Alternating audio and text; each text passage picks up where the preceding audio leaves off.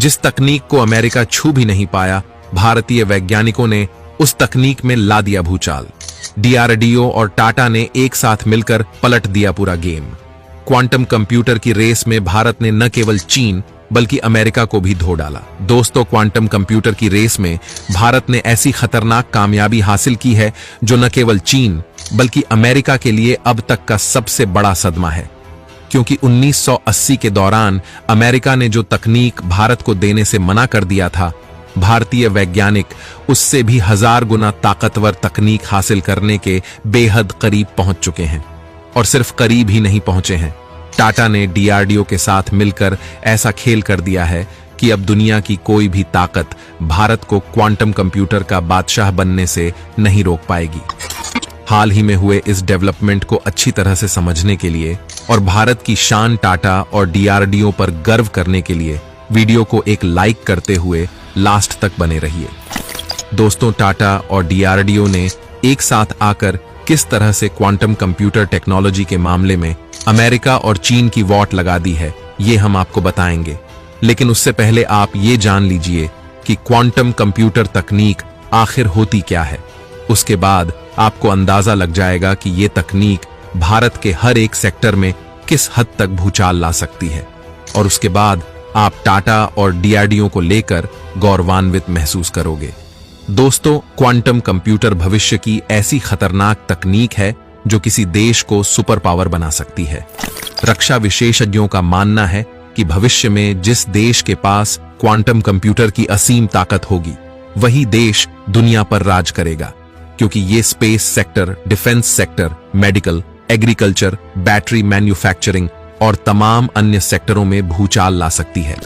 इस तकनीक से डेवलप किए गए कंप्यूटर ऐसे कैलकुलेशन को सिर्फ 6 सेकंड में सॉल्व कर सकते हैं, जिसको सॉल्व करने में एक पावरफुल सुपर कंप्यूटर 47 सालों का समय लेता है।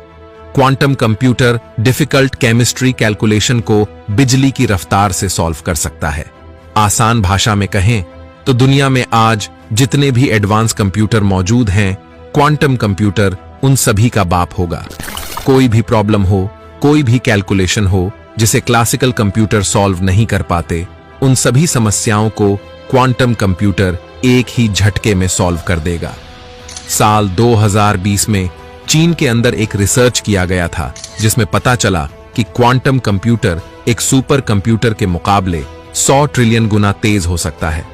दोस्तों, 100 ट्रिलियन गुना, सोचिए क्वांटम कंप्यूटर कितना पावरफुल होगा। आपकी जानकारी के लिए बता दूं कि इस पावरफुल तकनीक को पाने के लिए आज भारत सहित दुनिया के कई देश एक दूसरे से संघर्ष कर रहे हैं। भारत इस तकनीक को हासिल करने के लिए किस मजबूती के साथ जुटा हुआ है, इसका अंदाजा आप इसी बात से लगा लीजिए कि मोदी सरकार ने 50 स्टार्टअप और 600 वैज्ञानिकों की ताकत इस तकनीक को हासिल करने के लिए झोंक दिया है, जिसमें भारत की शान टाटा और डीआरडीओ भी शामिल है। भारत ने इस तकनीक को हासिल करने के लिए ऐसा भयंकर इंफ्रास्ट्रक्चर डेवलप कर लिया है जो दुनिया में किसी भी देश के पास नहीं है। और अब सामने आ रही रिपोर्ट चीन और अमेरिका को भयंकर टेंशन में डाल देगी, क्योंकि भले ही अमेरिका ने सुपर कंप्यूटर भारत से पहले डेवलप किया हो, लेकिन क्वांटम कंप्यूटर के मामले में वो भारतीय ताकत का मुकाबला नहीं कर पाएगा।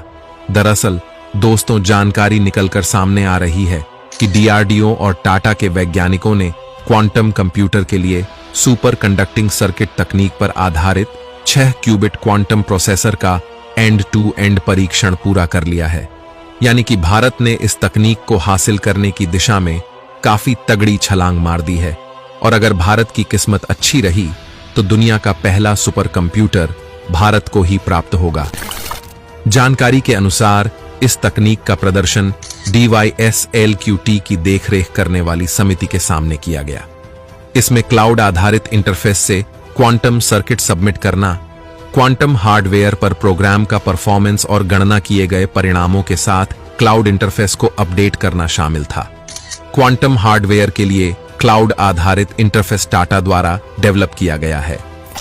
वैज्ञानिक अब ऑपरेशन के लिए तैयार होने से पहले सिस्टम प्रदर्शन के विभिन्न पहलुओं को कस्टमाइज करने पर काम कर रहे हैं।